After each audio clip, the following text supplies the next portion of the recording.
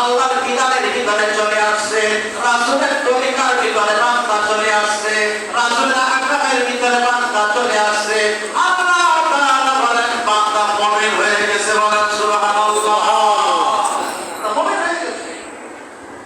এবার মুমিন হলে যদি বলেন আল্লাহ আমি মুমিন হলে আপনি আমাদের কি দিবেন, আল্লাহ আগেই বলে দিয়েছেন বান্দা আল্লাহ চায় বল চায় না।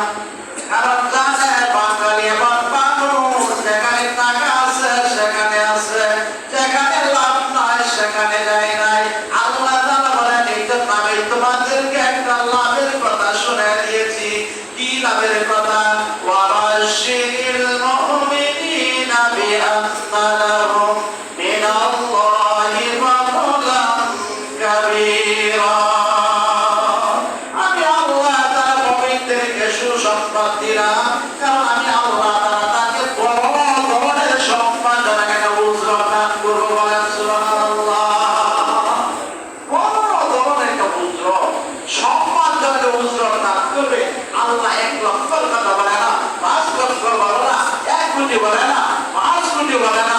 কারণ বললে একটা সীমানা এসে যা, আল্লাহ যেখানে বলে সীমানা বলে নাই, অর্থাৎ যা দিব এর চেয়ে আমি আল্লাহ বেশি দিতে পারবো, বলেন সুবহানাল্লাহ।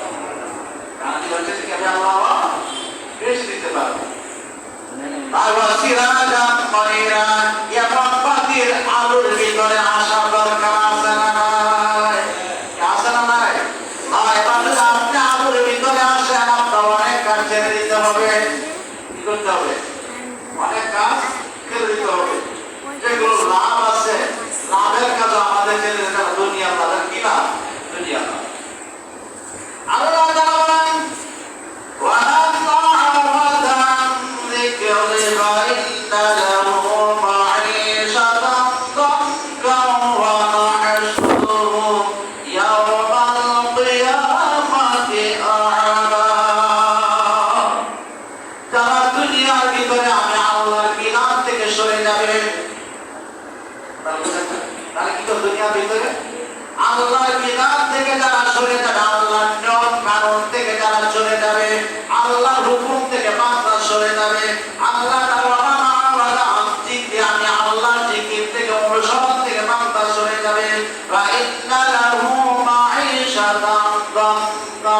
আল্লাহ তাআলা বলেন তাদের জিন্দেগিটা আমি আল্লাহ সংকীর্ণ করে দিব। কি করব? জীবনটা কি করব? সংকীর্ণ করে দিব। ওয়া নাহশুরুহু ইয়াওমাল কিয়ামাতি আ'মা। আর কিয়ামতের মাঠে আমি আল্লাহ তাআলা তাদেরকে অন্ধ বানাইয়া উঠাবো।